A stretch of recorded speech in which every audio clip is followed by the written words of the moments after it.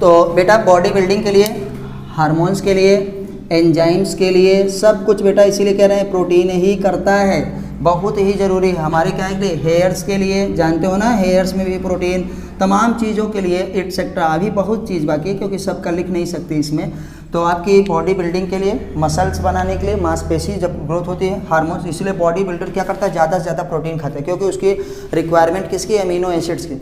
Amino acids क्या करेगा, body में तो केवल 10 ही बनते हैं और 10 वो किसके लेगा, डाइटरी प्रोटीन की वजह से। जो प्रोटीन को वो खाएगा उसको कहते हैं डाइटरी प्रोटीन। फिर वही पेप्टाइड बॉन्ड टूटेंगे, प्रोटीन्स क्या होगा, अमीनो एसिड्स में बदलेगा और उनकी बॉडी को मिलेगा। हार्मोन्स बनाने के लिए, एंजाइम्स बनाने के लिए ना, और हेयर्स के वगैरह के लिए, यहाँ तक कि हमारे पास जो एंटीबॉडीज़ बनती हैं ना, उनके लिए भी यहाँ पे भी लिख लेना है। एक और इम्पॉर्टेंट है, एंटी क्या है, बॉडीज़ जो हमारे शरीर में बनती हैं, उन सब के लिए भी प्रोटीन की ही ज़रूरत पड़ती है।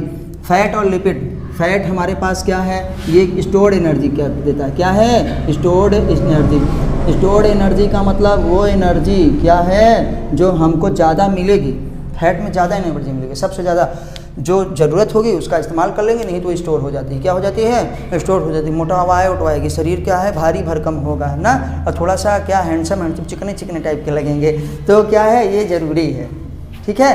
तो स्टोर्ड एनर्जी। अच्छा, न्यूक्लिक एसिड क्या है, न्यूक्लिक एसिड को हम लोग जानते हैं जेनेटिक मटेरियल। ये काम क्या करता है, वर्क एज क्या है, genetic material. Genetic material, genetic material का मतलब बेटा आनुवंशिक पदार्थ। आनुवंशिक पदार्थ क्या होता है, जो माता पिता से लक्षणों को क्या है, उनके संतानों तक ले जाता है। मतलब एक जनरेशन से दूसरी generation, transfer of character from one generation to other generation, उसको हम लोग क्या कहते हैं, जेनेटिक मटेरियल। अच्छा, जेनेटिक मटेरियल में हम लोग जानते हैं कितने हैं बेटा, 2। क्या होते हैं, 2।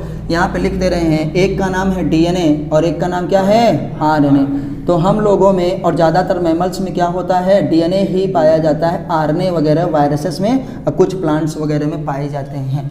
वायराइड्स में भी आरएनए पाया जाता है। तो डीएनए और आरएनए 2 हमारे न्यूक्लिक एसिड मतलब न्यूक्लिक अम्ल हैं, जो कि जेनेटिक मटेरियल, आनुवंशिक पदार्थ की तरह काम करते हैं। और जेनेटिक मटेरियल बेटा कितना है, अभी आपको हम लोग जब बायोलॉजी में क्लास 12th में पढ़ते हैं तो किस चैप्टर में है, मॉलिक्यूलर क्या है, हमारे पास बायोलॉजी में जो है molecular basis of inheritance chapter number 6, उसमें हम लोग काफ़ी अच्छे से क्लास में पढ़ चुके हैं और बेटा उसको वीडियो में भी बड़ी जल्दी पढ़ने वाले हैं। तो 2 तरीके के होते हैं, डीएनए और आरएनए। डीएनए का फुल फॉर्म तो आप जानते हैं, डीऑक्सी राइबो न्यूक्लिक एसिड, और यहाँ पर राइबो न्यूक्लिक एसिड 100 टाइम्स के क्लास 6 के बच्चों को ये चीज़ें याद है। आप याद रखिएगा, मिनरल्स क्या कहते हैं, मिनरल्स। मिनरल्स हमको क्या देता है, मिनरल्स को हम लोग खनिज कहते हैं। तो हमको वो एलिमेंट्स देता है, वो तत्व देता है जिनकी शरीर में, जिनकी हमारी बॉडी में बहुत ही आवश्यकता है। जैसे कैल्शियम हो गया, फास्फोरस हो गया ना, मैग्नीशियम हो गया, आयरन चाहिए, लोहा चाहिए ना, सोना चांदी भी बॉडी को चाहिए। तो ये सब हमको कहाँ मिलते हैं, मिनरल्स, उनको इसलिए खनिज कहा जाता है।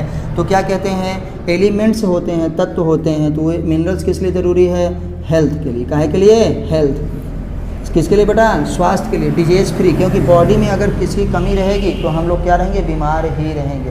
एग्जाम्पल में कुछ एग्जाम्पल में लिख लेते हैं, जैसे कैल्शियम जो ज़्यादा नाम वाले हैं, आयरन मिला ना, कैल्शियम की कमी से हड्डियां दर्द होती हैं, दांत खराब होंगे आपके ना, आपको कमजोरी सी फील होगी। ये हमारे पास क्या है, ये फी क्या है, आयरन, क्या है, आयरन है। अच्छा, जिंक का भी सुने ना कि जिंक की कमी हो गई तो आपको हमेशा बुखार ही बुखार लगेगा, ऐसा लगेगा शरीर गर्म है। क्या लगेगा, शरीर गर्म है बेटा, बुखार हमको। तो इसी समय जब कोरोना का ये चल रहा था, देखो जिंक की गोलियां खूब बिकी हैं, जिंक लोग खरीद के खूब खा रहे हैं। क्या कर रहे हैं, खूब खा रहे हैं। तो आपको कैल्शियम चाहिए, आयरन चाहिए, और क्या है, जिंक चाहिए, मैग्नीशियम चाहिए, तमाम चीज़ें चाहिए।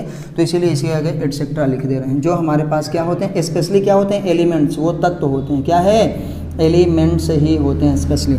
अच्छा, विटामिन क्या कहते हैं, यूटिलाइजेशन ऑफ फूड, क्या है, utilization of food, utilization of food and क्या है, मेडिसिन्स, फूड एंड मेडिसिन्स। ये जरूर याद रखिएगा कि कोई भी दवा दी जाती है तो उसके साथ क्या है, विटामिन की गोली पक्का देते हैं, चाहे देख लेना, पक्का वो देंगे विटामिन की गोली। विटामिन की गोली इसलिए देते हैं कि बेटा हम लोग जो भोजन करते हैं या जो मेडिसिन लेते हैं उसका उपयोग अच्छे से हमारे शरीर में हो, उसकी एफिशिएंसी बढ़ जाए, उसकी क्या है, एफिशिएंसी बढ़ जाए, कार्य की क्षमता बढ़ जाए ना, क्योंकि विटामिन से आर कोएंजाइम्स, और ये किसका, कैटलिस्ट की तरह काम करता है, उत्प्रेरक की तरह काम करता है। हमारे शरीर में जो अभिक्रिया होती है, जो मेटाबॉलिक रिएक्शंस होती हैं, वो मेटाबॉलिक रिएक्शंस की स्पीड को ये क्या कर देता है, बढ़ा देता है। इसलिए आपको पढ़ना बहुत ही ज़रूरी है।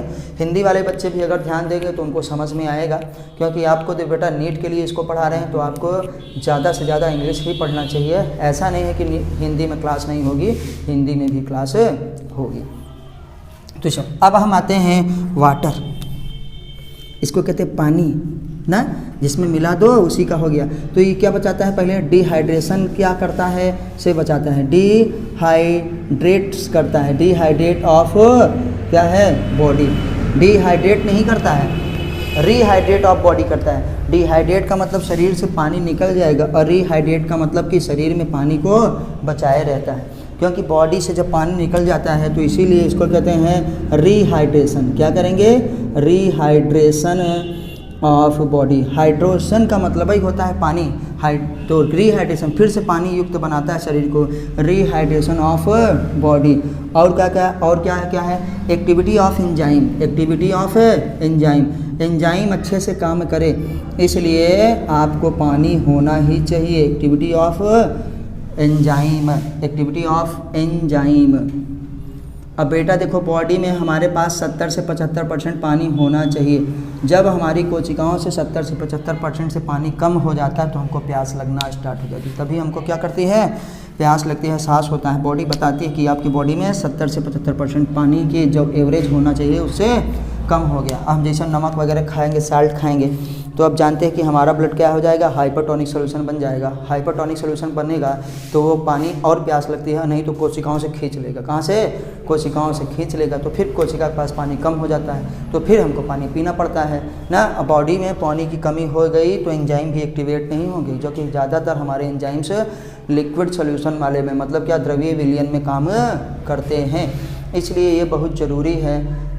तो आपको आपके कंपोनेंट्स ऑफ फूड और उनके क्या क्या रोल हैं इसके बारे में आप जान गए, कौन सी चीज़ क्या करती है। इसको भली भांति आप नोट करिए और पढ़िए। हम लोग पढ़ रहे हैं digestion and absorption, chapter number 16, class 11 की एनसीईआरटी है बायोलॉजी की। प्लीज़ आपसे रिक्वेस्ट है कि चैनल को सब्सक्राइब ज़रूर करिए, और जिसको स्क्रीनशॉट लेना होगा वो स्क्रीनशॉट ले लीजिएगा। चलिए फिर हम लोग आगे बढ़ते हैं, इसको देखते हैं।